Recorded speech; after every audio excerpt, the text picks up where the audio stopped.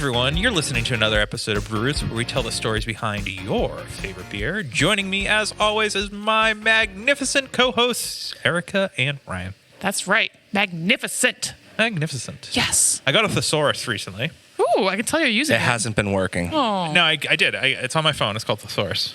Is that what it's called? Yeah, because Wow. I was looking for words that were other than really great episode or cool episode or... And we're back. And we're back, yeah. So righteous is in my... Ooh, I like it. Please use that tonight. Yeah, radical. Oh, I love it. Yeah, but radical can be like, this is a radical episode. Like Oh, someone would be like, this radical. is... It's off the wall. It's off the walls. Yeah, so magnificent was the word we chose today. Fun. Because we're I'm at into a it. magnificent brewery today Indeed. and restaurant. Yeah. I have gained weight eating at this place many times. For sure. They have duck fat wings, which I have hyped up on the podcast. Before you have. Yeah, and if my cardiologist is listening, my future cardiologist, No, yeah, we don't have one right now, but I don't. if we had one. I should probably have one. There's heart disease in my family. Noted. Noted. Yep. We'll get on that after, but they would probably encourage me to eat not the whole order, but like in moderation. Share with friends. Share with friends. Yeah. Which, cool. I will bring more people here, yeah, but like also like I want more of the wings. Correct. Yes, it's a struggle. It's a real life struggle. We've come here many times. We brought our friend Jenna here of Wormtown fame. I've brought in and met so many amazing people here. Totes. And Erica, do you want to tell us where we're at? We're at Brato. Yeah, if you didn't Brewhouse know- Hey, and you work Kitchen. here. Indeed, I do. That's pretty cool. It is pretty cool. It's a struggle, and it's amazing. And you drive the truck. That was a struggle and also amazing. But we usually discuss in our intro, outro what we've been eating. But I just want to let our Drinking? listeners, drinking, Sure. whatever. I just want to let our listeners know if you want to support the podcast and get amazing episodes like this in the future, please go to our many avenues of social media. And we also have a Patreon account. Ryan, what's our Patreon account? www.patreon.com/Brews podcast. Yeah, so we can continue to get amazing episodes like Brato and maybe even pay us to eat some wings with them. Yeah. That'd be fun. That's not what we'll use the money for. We'll use them for mic clips that Ryan's been begging me to get from. Literally begging. It's because Erica broke one. Yeah. Yep. What the heck? That's what I do. All right, so we start our podcast by asking our guests what they're drinking currently in their life. That's outside of the brew house. So what have you been drinking outside of the brew house? Sierra Nevada Celebration. Hell Of yeah. course. Let's go. Very seasonal. Yeah. Missed the season. It's one of my favorite beers for sure. I look forward to it every September, October. They canned it this year, which was new, Yeah. but it still seemed like the same great product they put out every year. 12-ounce format Awesome. too, right? Yep. Love it.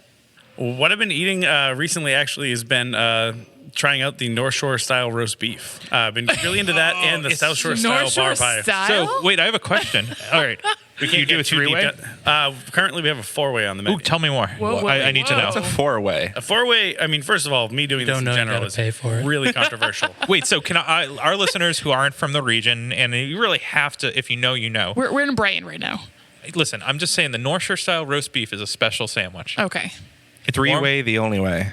Okay, I'm curious to hear Shut this, up, but Brian. people who don't know about it. It's sliced roast beef that is usually Rare. warm. Rare. Very important. Very important. I got Yeah. almost murdered on the way home. Oh my God. Yeah.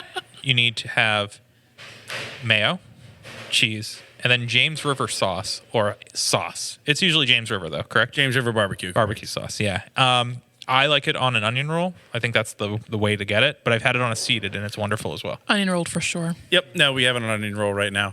Good. I got into it. I thought that it would be sort of interesting to check out like how it was prepared and all that sort of stuff. And we've had it on the menu for a little bit, but I've been trying to research that a little bit more. I'm really into like the hyper regional. Do you have like a favorite? I mean, the 4-way in terms of like another place that makes it. Yeah. I don't yet. No. So Okay, we'll keep that. What's Keep a that close. 4-way? Yeah, we need to know the 4-way. I've 4-way is when you add crispy fried onions on top. Oh, I was about my to say, it's got to be the God, crispy yeah. onions. Yeah. Yep. Okay. That's really nice. I just order a 3-way with onions, like crispy fried onions. Well, That's how- now it's a 4-way, so I don't know. now I'm you know. fucking born and okay? raised here. Well, now I'm you just know. saying. Just saying. Yeah, but you I'm can't just get that glad you're not angry with me for even like suggesting to talking change about this. Right. No, I mean, is great. I respect with what you do with the food, right? And it's good. Whatever your decision is, I respect it. If you think it's better, go you. I don't necessarily think that anything we've done is better. I think a lot of these other places have, like, obviously years and years of experience of, like, honing very simple sort of sandwiches that are 3-4 ingredients deep. So I think they've got a big advantage. Our goal is to sort of expose more people to the hyper-regional food. So Yeah. I love the fact that New England is known for more than just clam chowder. It's not just a clam chowder area. Massachusetts has a lot of like famous dishes. There's stuff that's out of Fall River with the chow mein sandwich. There's also a fried cheese sandwich. I do love the chow mein sandwich. So funny. good. Yeah. I forget about that. Yeah. We're actually going to toy with something along those lines this weekend. So I think our point in highlighting some of these is just to more highlight the locality of these dishes. The Italian sub originated in New England. Yeah. A lot of these other things. So we're going to talk Love about it. food. Yeah, And we're going to talk about that's gonna beer. happen. What else? Have you been drinking anything with these 3-ways, 4-ways? Honestly, I hate to say I'm a homer, but I've only been drinking Brato beers for the Cool. last That's month or two. We nothing just wrong got with the that. new canning line, so it's a little bit more diverse at home rather than taking home a growler of Yeah. one or two of the same things that I do all the time. So Nice. it's been nice having the diversity. Yeah. I am still obsessed with mezcal. You heard it on our previous episode, and I'm still obsessed with it. So Same. Not You like even it? I love surprised. mezcal. yeah, I have yet to like not find a combination that I don't like. So Totally. I don't like tequila as much anymore because Yeah. it's so one-dimensional for the most part. I don't want to sound like a elitist on. it's all right. You are, but it's fine. mezcal elitist. Mezcal is the way to go. Mezcal is the way to go. There's Yeah. like 72 varietals of agave, and if you're having tequila, you get one. Yes, It's boring. it's wonderful. Who knew? Mezcal rules. I want someone to make a beer on mezcal barrels. If you can point me in the direction of a mezcaleria that has barrels available, We're gonna find one then, together. We'll do that for we you. could do that. We don't have a Noted. ton of room in here for Yeah, but that sounds dope. barrels, Yeah, but we could. You we could space make for an one or exception. two. Yeah. make a rush beer on. No, I'm just kidding. Don't do it. I'm in. Yeah. On mezcal barrels. Yeah. Yeah, we'll Yes. double it down on the smoke. Yeah. Yes. Sounds great to me. Ryan, what have you been drinking? Beer. Beer. No, I mean, seriously, though, I've been going through some of the back of the fridge. Always Sometimes a loved scary that. place, but a wonderful But place. honestly, Very but wonderful. Yes. I've been very impressed. I found a whole bunch of Skyline that I love. I don't know if how many people here have had Skyline out in Westfield, Mass. I had a couple of their sours and wheat. It was some sort of a fruit wheat. I think it was their blueberry wheat. Fun. Very, Yum. very nice. Very nice. Yeah, I just finished off my Oktoberfest beers. Did you? Jealous. Yeah, as Matt explained earlier, it's a sad story. But It is. We don't have to talk about it. no, that- we don't you need to know- talk about it. So we ask our guests to introduce themselves on the podcast and tell us their role at the brewery and their first memory of beer. So take it away, gentlemen. All right, I can start. I'm Alex Corona. Used to be a fun last name, not so much anymore. But moving on. You want to get into what? No, I'm just kidding. I'm the head brewer here and also a co-owner. And first memory of beer is actually from a photo of me when I was like maybe 2, and I'm holding a can of Budweiser and had some sunglasses on and holding a tennis racket. Sick. That's pretty cool. From tasting beer, was back in high school having a Sierra Nevada Pale Ale actually. Wow. That's a good one. That's a good one. Good starter beer. Yeah. Yeah. I am John Gilman. I am the head chef and sort of help along with like restaurant operations overall, and also a co-owner of Brato. First beer experience that I can remember. I mean, I can remember drinking it way too young. And that was mostly, Keystone, Busch Light, nothing to be noted. My first memory of good beer actually was, I remember freshman year of college, and I went to UVM up in Vermont, and everyone was super hyped out on the release week of Long Trail's Blackberry Wheat. It was Ooh. like the big thing sweeping through the dorm. And that was the first time I was exposed to like a hype beer. It was just like a really big deal. Like, That would not be between that- considered a hype beer anymore. Not at all. But that's such like, it was that and Magic Hat number 9. Yeah. Oh, I love number 9. Yeah, number 9 was like getting Yes. stocked, and like Blackberry Wheat was about to hit, and I remember we just like went out and bought cases and cases of Blackberry Wheat. And Now like, nobody cares about number Yeah. 9. I know. Like, I don't even know if they make Blackberry Wheat anymore. Yeah, they I- actually do. They just re-released it fairly recent. I'm gonna Ryan's stand in line. I gotta for get it. it. Yeah, I was up there over the summer, and Let's crush them they have together. Yeah, It's great. for sure. Yeah.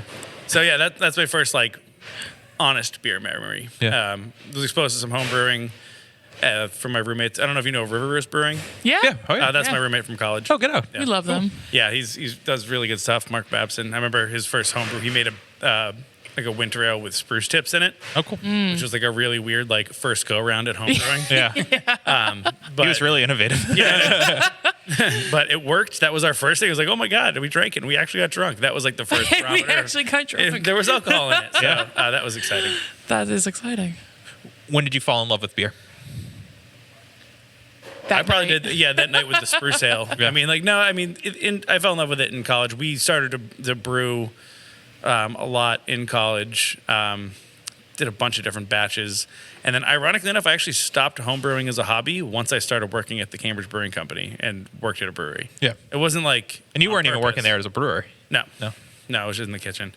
But for whatever reason, I just the hobby sort of fell off, and I got really, really involved in cooking and being creative in that format instead. Yeah. Funnily enough, my homebrewing escapade stopped when I started working at Cambridge Brewing Company. Oh my God! Did you guys work at the same time? We sure did. What? Yeah. So cool. I fell in love with beer in college. I was that, nerdy kid who had a different six-pack at every party I went to while everyone was crushing Keystone and Busch Light. But I wouldn't have it any other way, and kind of, worked through a different six-pack every weekend and really got to know the different flavors and was just absolutely astonished at how different everything could be. Then I started homebrewing outside of college and fell in love with that hobby, which eventually turned into a profession and now my livelihood. So you both were at CBC for how long? Correct. I was there for like 2 stints total. So I worked there in like 2009 to 2011 Okay. or so, and then left, did a bunch of other stuff, came back in 2014. Okay. Cool. Yeah, I think it was 14 because that's when I started. Yeah. Nice. And then from there, so that's where you both kind of quote unquote cut your teeth in the brewing industry. Yep. Yep. When did brewing under Will Myers over there, you learn a ton. Oh yeah, Yeah. you learn it all. And the barrel cellar. I was super fortunate my time there that someone happened to be leaving every year, Yeah. so I kind of rose up in the ranks much more quickly than typical. And I was head brewer for 2 years before John asked me to start Brato. Yeah. So let's talk about that process. Like, where does an idea like Brato come to be? I mean, why? I mean, it definitely was inspired by CBC. I always appreciated from like a restaurant or chef perspective, I've always appreciated the relationship that beer and food have and thought that it was underplayed. I thought CBC did a good job of highlighting that. I thought that for the most part, because it was so long established as a brewery, it felt like it was much more heavily weighted in the beer side than the food side, but that the food side sort of like held its own and was respectable. It wasn't just like a Cisco truck dropping off fish to drop in a fryer or like pretzels and Cheetos and that sort of stuff. Yeah. So it definitely felt like it is a full service kitchen, and Chef Dave Drew over there does like really incredible stuff that's approachable and simple. So I learned a little bit from there that it'd be valuable to have a place that really highlighted both equally and trying to figure out a way to have an equal like focus on both beer and food. I thought that that's like an area that's like underserved currently. I think it still is underserved currently, although you're seeing more places do it. Like rarely do you see a new brewery opening that doesn't have some sort of kitchen operation Yeah. behind it. In fact, I'd actually challenge someone to point me to a name of like a tap room that opens up that doesn't have any sort of consideration to that. Yeah. I don't even know if it's like allowed now. Yeah, no. Yeah. Right. So what goes into planning a brewery while working at another brewery? Being Can you talk about that? Yeah. Yeah. So I mean, like we were open about it. I even when I came back from my second stint, I told Phil, the owner there, that I was coming back. My goal was to learn how to open a brewery of my own and to, eventually goal. to do that. Yeah. Yeah. So he was fine with it the whole way through. There was no sort of qualms about any of that. Yeah. Did you already know Alex was going to be your brewer? No, actually, I had some plans to, find a brewing partner. I had a few that were in mind along the way, and then Yeah, I heard Jim Cook was. No, I'm just kidding. you couldn't quite cut it. Yeah. But I remember doing actually in the summer of 2015, I did Alex's wedding. I catered Alex's wedding. And it was in that process that we sort of got a little bit closer, and I was able to convince him that the food was good enough in the course of the wedding. It was very good. Yeah, it was marital bliss. That's what it was. The yeah, convergence My of those second two. Yeah. marriage. Yeah. Yeah. Married twice the same day. Didn't realize it. Oh wow, Beautiful. that's a beautiful thing. Truly.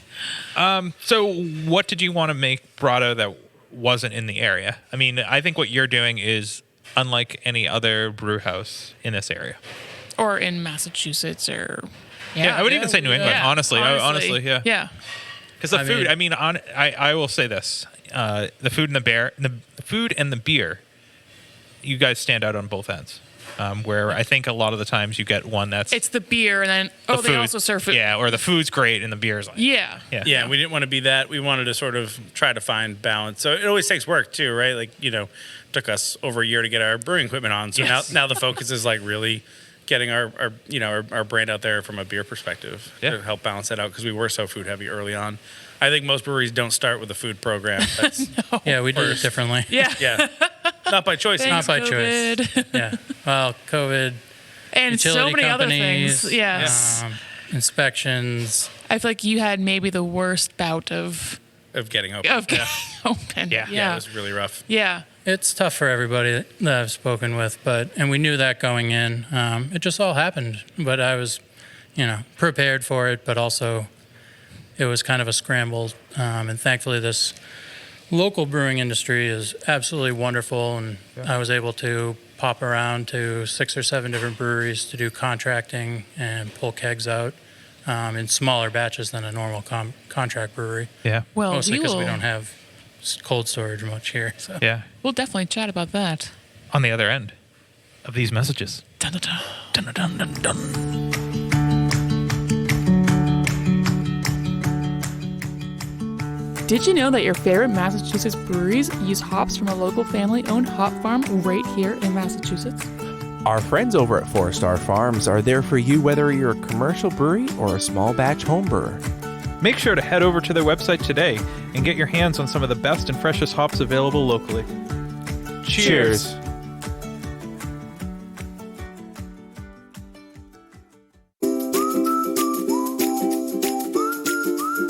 At our local homebrew shop, Beer and Wine Hobby, you can get everything you need to make beer, wine, cider, cheese, and more. Not sure where to start? They have knowledgeable staff there to help. Beer and Wine Hobby is family-owned and located in Danvers, Massachusetts. Visit their website, beer-wine.com, and use our promo code BREWROOTS for 10% off your online order today.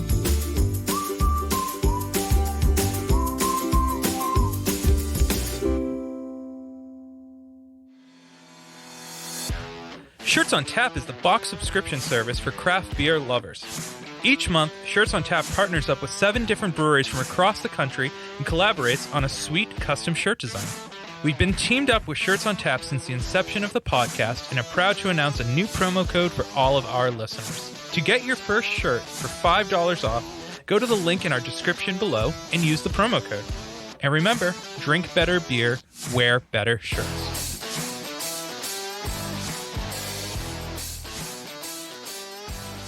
We are back. Oh my God, we're back. So we try to stay away from COVID. I think everyone's COVIDed out, but You guys were like, COVID is part of your story. yes, you were the pivot location. I feel like you guys just We were named it Beer constantly, Pivot. Yeah. right. You guys were constantly pivoting, coming up with new ideas and new ways to, survive. Yeah. It was exhausting. Did a lot of virtual dinners out of our house, or my house, everyone else's house. Really awesome, because I didn't have to do everyone else's dishes, so that was cool. We actually did get one complaint. Somebody be like, "I love these virtual kits, but I end up with too many dishes." I'm like, I don't know what I can do for you. Leftovers for days. Yeah, I mean, it was sort of what happens when you open a spot and 4 months later you're not allowed to seat people in it. We opened only being able to use 2 out of 3 parts of our establishment, the front and the kitchen, and then they were like, "Just kidding, just use one, just the kitchen. Yeah. Don't use the brewery, don't use the front." So we had to transform into something, and I think because we were going through that really difficult opening process, we were it was almost like we had a running head start. We knew what it would take to just constantly, okay, well, that didn't work, so try this, and that didn't work, and try this. And we tried a lot of things that didn't work, too, like the Brato micro bakery that was this little morning coffee baked goods operation that lasted about 8 weeks. And then we're like, yes, this isn't good. Turns out you need really good coffee and just good coffee in general to Or do not that. be next to a Dunkin' Donuts. Yeah, not be right, next to- literally. Yeah, we tried to compete directly with Dunkin' Donuts, and that didn't go that way. Imagine you did though. That would have been sick. I know, right? It really would have made it. Yeah. So, I mean, like, not everything that we did worked, but fortunately, I think that the things that did worked really well, and people Embraced it. embrace it, and we still get a lot of compliments and people saying, like, thank you very much. Like, this really got us through the pandemic. It made us feel more connected to people. We sort of realized early in the pandemic that food or beer was no longer the product to sell to people. It was more like human connection and human interaction was the most like necessary thing to supply. So the virtual dinners did that, and all the Hell Nights. I actually did the last Hell Night we ever did, which, to back up, we would give everyone a dozen wings, 2 wings per. And then we would go through and, like, kind of like hot ones, we would mix like sauce 1, sauce 2, sauce 3, all the way up to 6 until people tapped out, if people did. And the last one I was doing, I was like, I had just gotten my second booster or my second shot. Oh, God. And I had a fever of like 103 degrees, 102 degrees, but like I couldn't not do it. So I'm like, I literally was on fire in every sense of the word by the end of that. You were sweating. Yeah, and you yeah. were like, oh man, My body temperature was like 119 He's degrees. like what a wimp. Why is he's I not know. even that bad? I know, these aren't even bad. 1 or 2 in. Yeah. Jeez. I was hallucinating halfway through it. Oh my god. The Scoville level. Sorry, was just, I missed like, that so much. one. Who recorded that one? Yeah, I know. I should have recorded that one. You were probably thankful it didn't, because thank God it's not on YouTube or I something. know. But yeah, it's been a constant pivot, and we still have a few more, bigger developments coming down the line in about a month and a half here. Ooh. Cool. Can you tell us, or is those secrets? They're mostly secrets. Okay. Stay But tuned. definitely stay tuned. They're taking over Dunkin' Donuts. Yeah, we're taking over Dunkin' The Donuts. whole brand, not just the one down the street. Yeah. it's Coffee like- stouts. in the I will morning. tease that we're definitely going to be much more involved in the music community in the future. oh, sick. Awesome. Yeah, this area Love desperately needs a closing like Great Yep. Scott and all of the places. Exactly. Yeah. And I mean, obviously, there's a big tie-in. We have the Roadrunner music venue opening up next to us in March. So Yeah. Very looking cool. forward to that. So we're really trying to, get the idea of like Brato is a cool spot for like Brato in a show is really what we're trying to get out there. Awesome. Brato in a show. I love Yeah. it. I think it's marketed as Yeah, right there. dinner and a show. Talk about, you weren't able to, even before COVID, you did not have the brewing operation up and going. No, we took the equipment in August 2019, and we didn't fire up our boiler until October of 2020. Oh, that's cool. So, like 18 months. No problem. Yeah. NBD. Yeah. So give a shout out to some of the people that you did a bunch of contract brewing. I know you Oh did yeah, on we the- did them. Night Shift, Idle Hands, Remnant, Lamplighter, Bone Up, Castle Island. I'm probably gonna forget somebody. But the brewing, So, like, how does that work, the whole contract brewing? I mean, you guys did that for a while, which is so awesome and such a testament to the brewing Cambridge Brewing craft Company, beer too. industry. Yeah. There you go, obviously. Craft beer industry, like, how does it work doing, like, contract brewing and you're able to serve it here? Well, thankfully, I had met a lot of people working at Cambridge Brewing Company, just being in the industry. But we also formed some really nice relationships doing food pop-ups Yeah. for a lot of different tap rooms with John. So it was kind of like we scratched some people's back and they scratched ours. It was just kind of sussing out who had tank space available, who could give me a 5 to 10 barrel batch, because that's all we could really take at one time. Yeah. So upon opening, I mean, you had a pretty successful couple of months before the pandemic kind of fucked everything up. How did that change the plans? Did it change everything, like the original plan? The original plan was really to sell all the beer out of the restaurant side, and we had to start thinking of ways to get beer out into the public. We did 3 canning runs with State 64, Cool. and they were great, and they got to us real quick and worked in our some limited space here. Yes. It's jam-packed, but we figured it out, and that was extremely helpful. Growlers are bulky and they break, and you got to return them if you want, Yeah. pay a deposit fee. They just weren't working. We didn't sell that many, but once we started canning, things really picked up. That's awesome. Yeah, I mean, the only other things like from operations side we changed is not that we rushed our patio, but we definitely put our patio out like as is immediately. Yeah. It's on a grade. It's not the greatest patio. Things in are the world. sinking. It was a I've driveway. heard, right? Yeah. So I mean, like, and like that's kind of par for the course as part of the industrial look in the industry. It's like you go to other like beer gardens and tap rooms, and a lot of them are in parking lots and stuff like that. So we still do plan on making some improvements over there. The timeliness of how and when we can do that is a little bit more up in the air now, but looking forward to still growing into the space because we're not fully built out yet. Yeah. Like properly growing into it. Yeah, exactly. Let's talk about the brew house. Rumor has it you can decoct here. Yeah, that took an extra 8 months due to a design flaw. But it's all operational now. We actually got our first run at decocting on a Schwarz beer we did as a collaboration with Lamplighter. Cool. Was super happy with that. And then our second anniversary beer was a Bock, and we did a 2 decoction schedule there, and that was really fun. It was It's a long day. delicious, just saying. Thanks. I think it came out really well. I still got a lot to learn before I jump on a triple decocted Czech pills, but it's coming soon. We look forward to it, though. Yeah. Yeah. Smaller space, obviously, with lagering is time in the tanks. Correct. Is that hard scheduling? It has been. Things have been a little bit slower because of COVID, which afforded me some tank time to really kind of get the lagers under my feet, and really happy with them now. But definitely will be a challenge come the spring, summer, especially, and hopefully when the Roadrunner opens and we'll be busier. But our kind of lager that's always on here is the Main Streets lager, and that's kind of a 3-week Zwickel style pale lager. So it's a quick turn. Quick turn to get some more, deeper lagering times. We'll see what happens, but I'm hopeful we can work it out. So Yeah. speaking about lagers, you have Oktoberfest and a Marzen on tap right now. We sure do. So, like, a lot of people will probably get those two styles very confused and think they're the same. Yeah, what's the difference? We have Tis the Wiesen. Wiesen's the what the Wiesen. locals call Oktoberfest Yes. in Munich. And that is the paler version. That's the more modern version that they're drinking at Oktoberfest, whereas the Märzen is more amber colored, a little heavier bodied, more toasty nuttiness to it. But they're essentially the same beer with like some darker Munich in it. Okay. It's kind of neat. So it's not a huge difference. But there is a difference, people. Yeah. They're different. So the food side, local flair of the area, but you do a ton of other inspired foods too. I mean, what kind of cuisine, are you like fascinated with?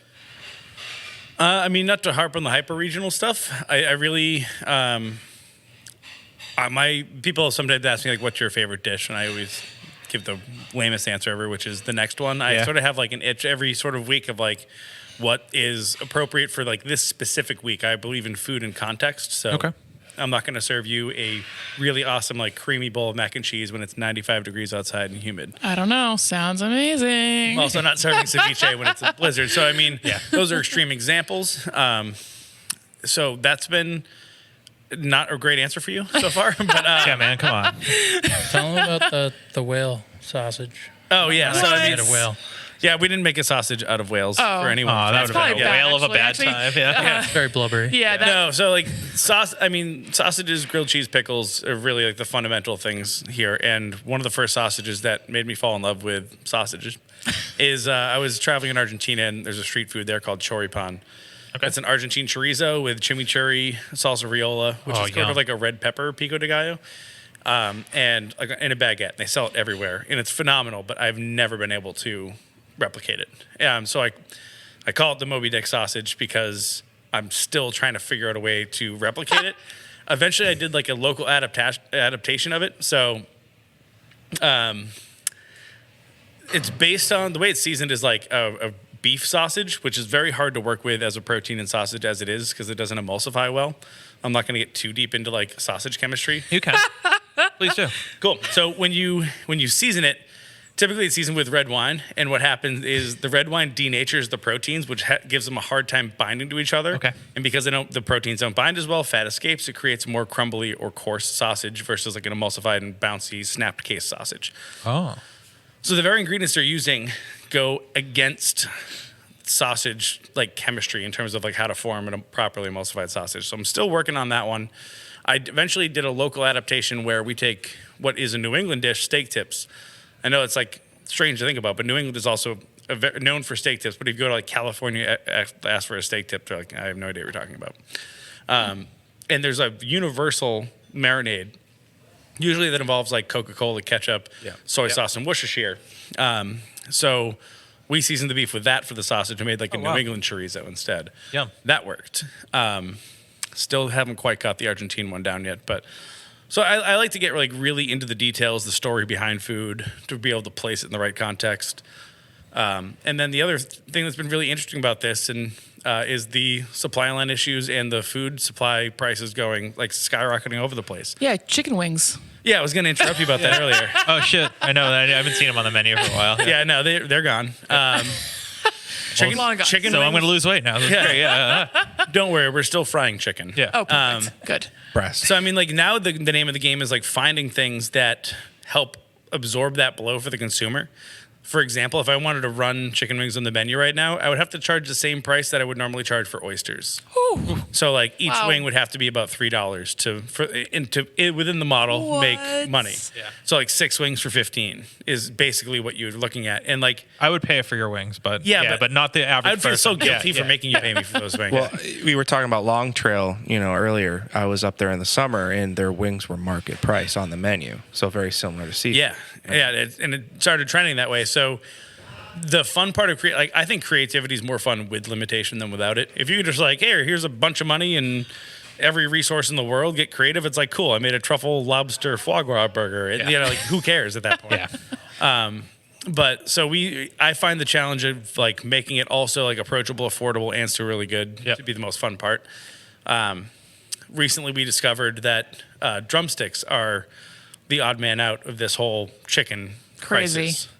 So drumsticks, just for total transparency, a drumstick right now is like a full drumstick, which is two to three times the size of a wing, is about 20% of the cost of a single wing. What? Oh my god. Yeah. I mean, a case of wings right now, like you've seen the memes or whatever, go for like $160 a case, $180 a case. They got as high as $240. Yeah, they were going for like $4 to $6 a pound. Yeah. Yeah. Right now, a case of drumsticks is $13. Yeah. Oh, jeez. Wow. So, and the reason why wings got popular in, Buffalo way back in the day, another hyper-regional dish that has become national at this point, obviously, is because wings were a surplus item. They were something that were being thrown away otherwise. Yeah. And people were like, oh, we could probably just feed these to the bar customers.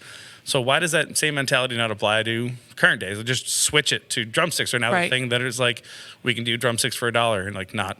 And drumsticks Think twice kind of about it. rule. Yeah, they're not bad. Like, I mean, I'm a I'm a flat guy. I always Decent fought meat on over those those. when I was like a kid, like Right? between me and my brother. Luckily, Yeah. there's two, but And granted, I wish there was like a giant chicken flat out there because I think flats are better than drums. That's a hot take there. well, that is a bad take. But Yeah. whatever. Like, I mean, if you know how to eat them. yeah. But so in general, I've been really interested in finding like ways to get more creative with cuts. And like some of the best food in America has been made in those situations. Like barbecue is in sort of as a cuisine developed because people were driving cattle across the country, selling the expensive cuts and being like, I don't know, I just have some ribs left over. What can we possibly do with that? Yeah. Turns out a lot. So Yeah. So Barbecue let's rules. talk about creativity because I love your Turducken. yep. I fucking love that. So you came up with this in college, right? And now you still do it, and it's so good. Yeah, the Turducken is a long history. It has a long history, anyways.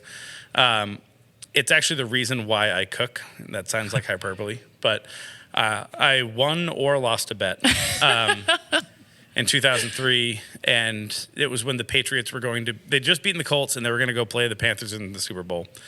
And for whatever reason, the stipulation of the bet was if the Patriots made it in, I had to prepare a turducken for a Super Bowl party. And this was with like no cooking experience at all. It was like whoever YouTube had just come on, so I'd watched a bunch of YouTube videos on like how to debone all 3 birds. Oh my God. So it took me like, the full 2 weeks between the championship game and the Super Bowl to do this, and I pulled it off, and it was amazing. It might have been. It might have been terrible. I have no idea. But we ate it all, and people had a great time. And I think that project is what I know that project is what got me into cooking as a hobby. Yep. I started looking up other things that I could find on YouTube to like how to make risotto or relatively simple dishes that I view now, but at the time for like a home cook or unheard of. So we eventually got to a point where I did this. All right, every year I'm going to make a turducken, and only on the Super Bowl. So it's been a running tradition for 19 years now that I've made a turducken only on the Super Bowl. I love it. Regardless of where I've been. Last year, actually, during the height of the pandemic, I didn't host a Super Bowl party, but I did still make turduckens and then distribute them in box meal kit forms all over Massachusetts, into New Hampshire and Vermont as well, making stops all over like some sort of turducken Santa, just running around dropping off turduckens to people. What does a Turducken Santa look like? You're looking at it. Oh, Yeah. okay, sorry, just double checking. Like a young but aging Santa. Yeah. Okay. Yeah. He's seen shit. Yeah. Yeah, I'm there. So this year coming up will be the 19th. Next year being the 20th. I'm trying to think of something big, maybe stuffing it into an ostrich or something. I'm not sure. A goose. There's a way. Yeah. There's a way. Oh my God. But yeah, no, that's been a fun one to do, and definitely a point of creativity. That's awesome. So I'm curious if beer and food, how they converge here at Brato. Like, does food get made because of certain beers being made, or does a beer get made because of certain food ideas coming? We're going to get into that on the other side of this message. Are you a solo artist, band, podcaster, or anyone else who needs recording services? Well, we got a place for you where your vision can become a reality. Welcome to Small Pond Studios, built by hand with heart and sweat equity by musicians for musicians. Go to smallpondstudios.io to reach out to get more information. And make sure you let them know that Brew sent you.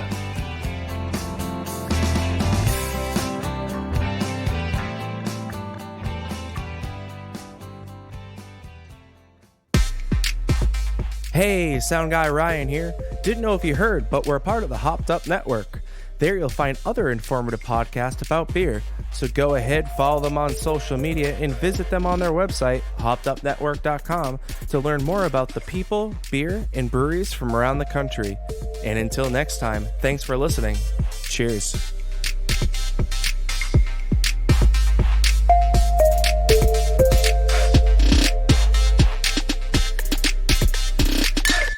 Wow, Ryan really rushed us into this one, but we're Wow. back. Oh my gosh. All right, so I am always on that hunt for the perfect beer and food pairing, right? Indeed.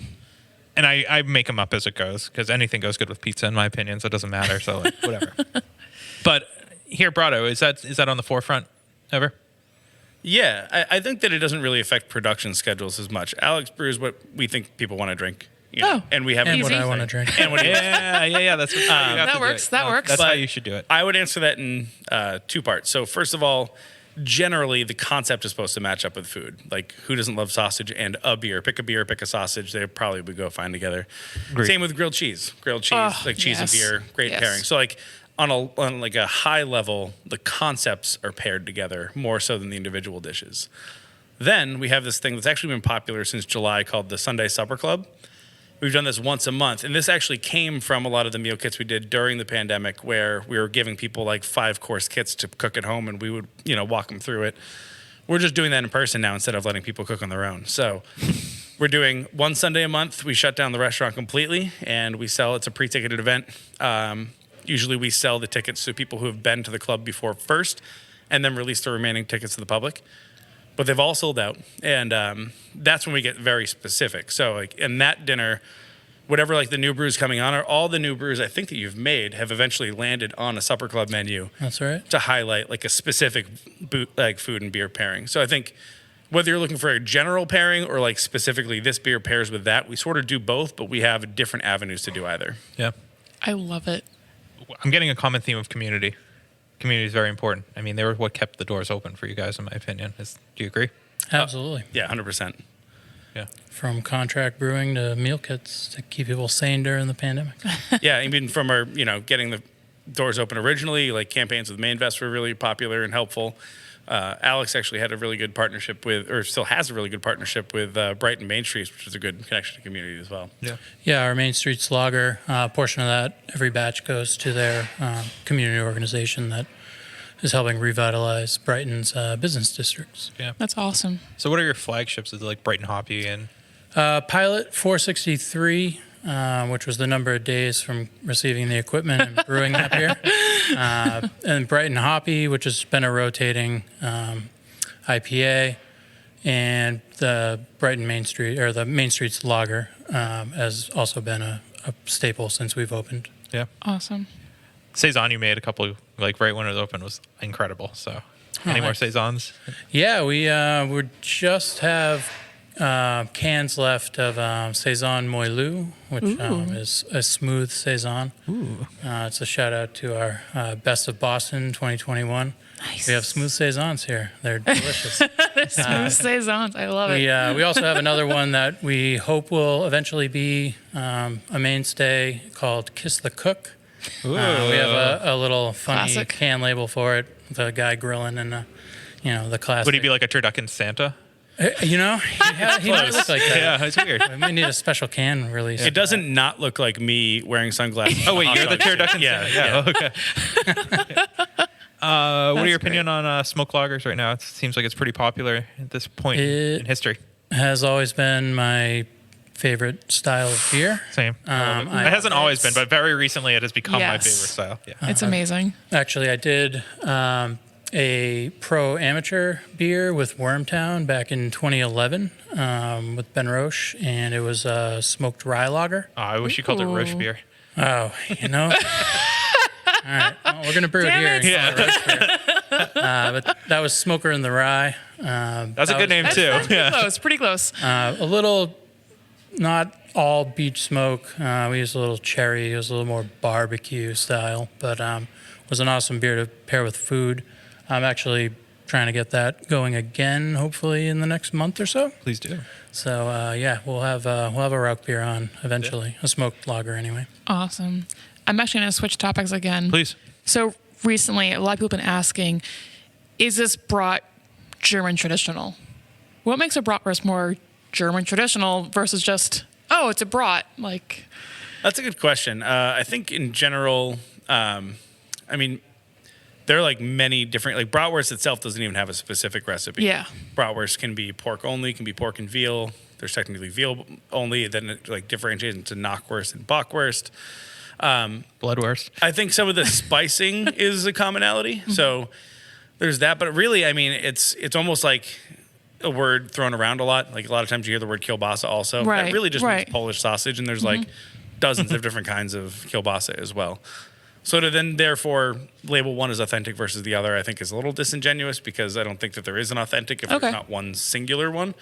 So there's no But- true to style. Is it maybe Yeah. just how you dress it that, Yeah, I think it has to have kraut, right? It has Right. to have a good sauerkraut and like a really good mustard.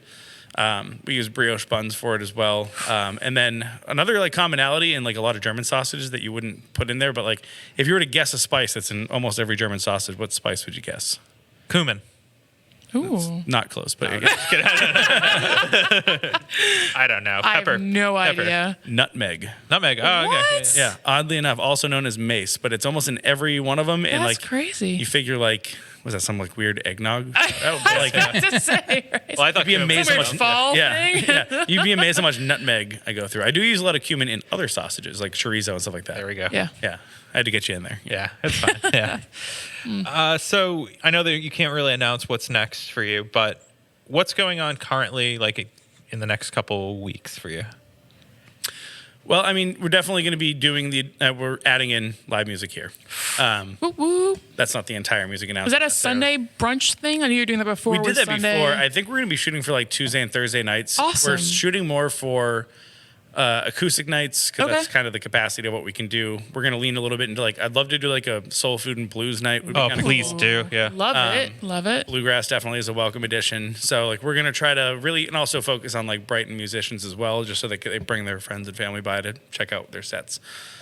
But I think you've seen us do a lot of like tonight we have a mac and cheese flight night going on.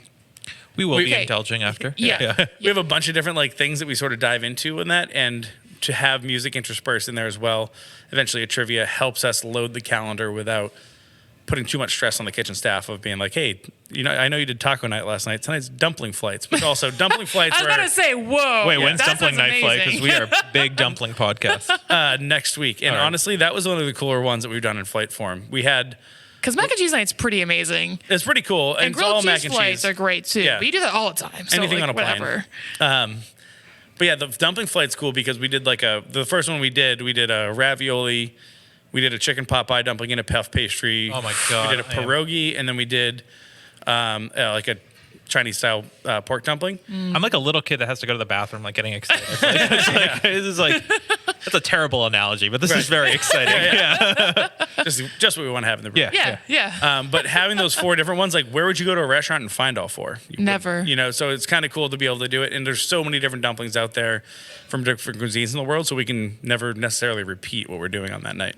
That's awesome. If our friend Jenna's listening, we have to go to the next It's one. dumps night. It's dumps night. Yeah, and get in early. We got a lot of flack for we did it during our anniversary week, but we sold like 100 dumpling flights, and we do like a flight Wow. night. Usually we sell like 20, 30, 40, which is still a high number. Yeah, but But 100's a lot 100 more was than big, that. and then people were upset that they were gone. dumplings are so good. Yeah, they Yeah, are. they really are. Jeez. Good comfort food. Sorry. Yeah. Any styles you won't touch in the brew house? Not that I wouldn't touch, but I'm not really looking to work with lactose in here much. Oh, no like a milkshake notch IPA? pastry stout. No, I honestly, I've always lived my brewing life as there's a style of beer for everybody, unless you're gluten intolerant. Then Yep. Maybe you're not. screwed. I like to keep a pretty diverse menu, so nothing's really off the table. I also kind of brew to what I like to drink. Yep. So we don't get too crazy. We usually have 1 or 2 IPAs on. Yep. But I've been fortunate enough to be brewing the thing that's closest to my heart, which is lagers. Yeah.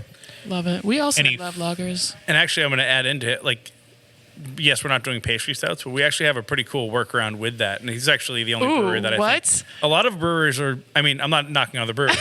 I think it takes a lot of self-confidence to run with this. But so we started doing a lot of syrups with Berliners. Oak Square Sour is a Berliner. Yep. And I'll let Alex talk.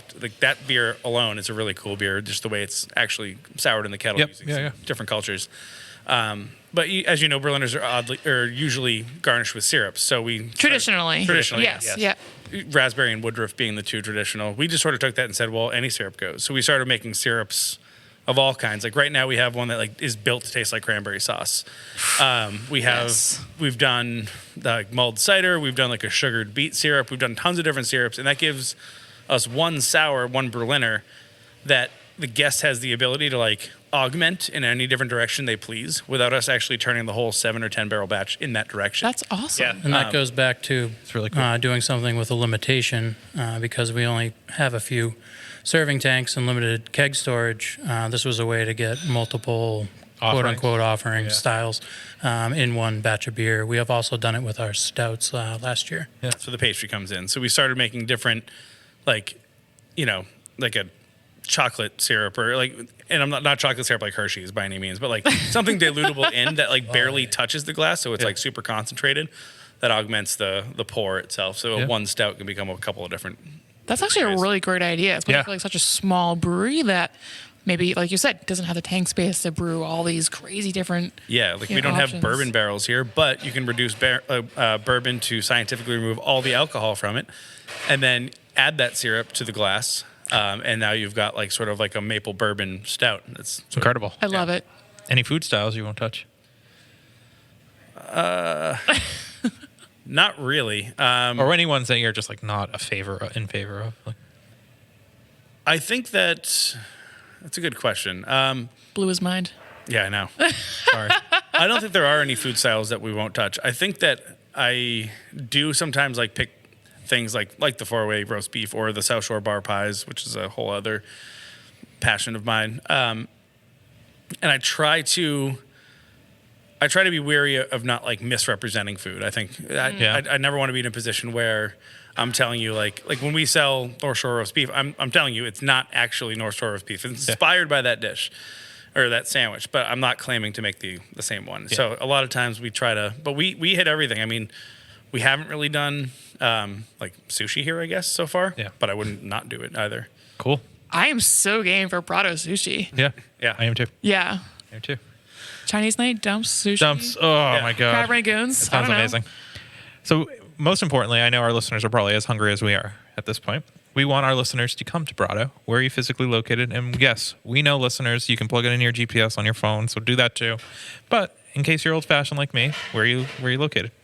Right, 190 North Beacon Street. It's at the cross street of North Beacon Street and Market Street, where there's a Dunkin' Donuts. That'll help most of your viewership figure out where we are. Yes. All right, cool. And yeah, we're around the corner from like the New Balance Factory store. build out and Notch. WGBH, and down the street from Notch. Right? Yeah, so it's definitely a destination. Come here, visit both. Visit Yeah, go to one. Brighton, the beer capital of Boston. Exactly.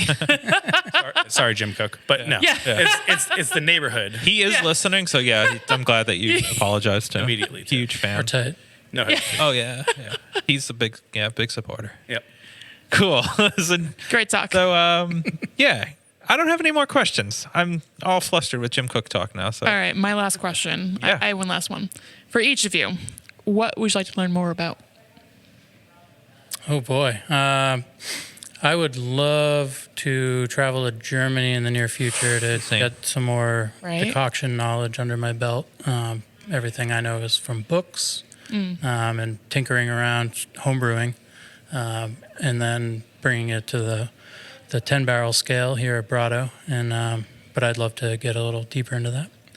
Along those same lines, I think traveling to learn. I've been on a few trips to travel around, but every time I go to travel, I find one dish that I become uber obsessed with. So I think that is the best way to learn. I think I would love to like dive into more like localized street foods and learn a little bit more. I definitely want to learn a little bit more about Asian cuisine because even just saying Asian cuisine, I've wrapped up too many cuisines in one by saying, seriously, yeah. So I think learning about that and like, I think the future of food is in approachability and not in white tablecloth. So Agreed. I love that. Yeah. more and more street foods, more learning about the guy who's made the same noodle dish for 60 straight years, and it's every single one of them is perfect. I love finding like people are extremely good at like one or two things that they're doing and learning about how to do that. Subject matter experts. Yeah. Yep. The beach pie. I know you've mentioned a couple times. Do you like it better than a New York style? Oh wait, no, the South Shore. the bar pie. Yeah. Bar pie. Yeah, sorry, bar. It's like beach pie. What is Sorry, it? bar Beach pie. pie? Yeah. Inform The us. sweet sauce. You could do that one too. The beach pizza too. Yeah. I like it's way better, but I would contend that they're apples and oranges. Okay. So, Is it your favorite style? yes, South Shore bar pizza or South Shore bar pies, famous at like the Linwood Cafe or the Venus Cafe, Cape Cod Cafe. They are very unique in that the dough like is not an Italian dough by any means. It's almost like a biscuit sort of style. Interesting. It's intentionally underworked, so it's flaky. Yeah, it's kind of flaky, Anyone yeah. from Italy would be like, yeah, that's not a pizza. The tomato sauce is really pretty simple, but then the other big sort of signature of it is the cheese blend is 80% cheddar and 20% mozzarella, which Oh my god. that's not Italian at all. No. And there's no, if it's done right, there's no crust. The cheese just goes straight to the edge. You get the lacing around the outside. So, they're really not comparable. It's closer to a Greek style pizza than an Italian style pizza, but I feel like it would almost be disrespectful for one or the other to say like one is better than the other because they're different almost beasts. Yeah, they might as well be like grilled cheese in a pizza. They're that different. Fair enough. Well, But South Shore all day. oh man, I have to disagree, but we're gonna We'll fight. We're gonna We'll duke it fight out later. after. Yeah. So we want our listeners to come to Brato not only to enjoy their amazing beer, but their amazing food. They're doing both excellent. I have to honestly say, Indeed. really awesome job across the board for Thank you. beer and food. Perfect place to go on that Saturday, Sunday if you're coming down to town. And actually, it's a perfect place to go on a Tuesday night. It's hopping here. Any time of the day. So make sure you make it out here and follow them on social media to find out all events that they're doing because honestly, like I lose track of them and I want to go to all of them. So do I, and the staff hates me for it. So well, thank you guys for doing this and Thanks cheers. for having us. absolutely, thanks. Cheers. Cheers.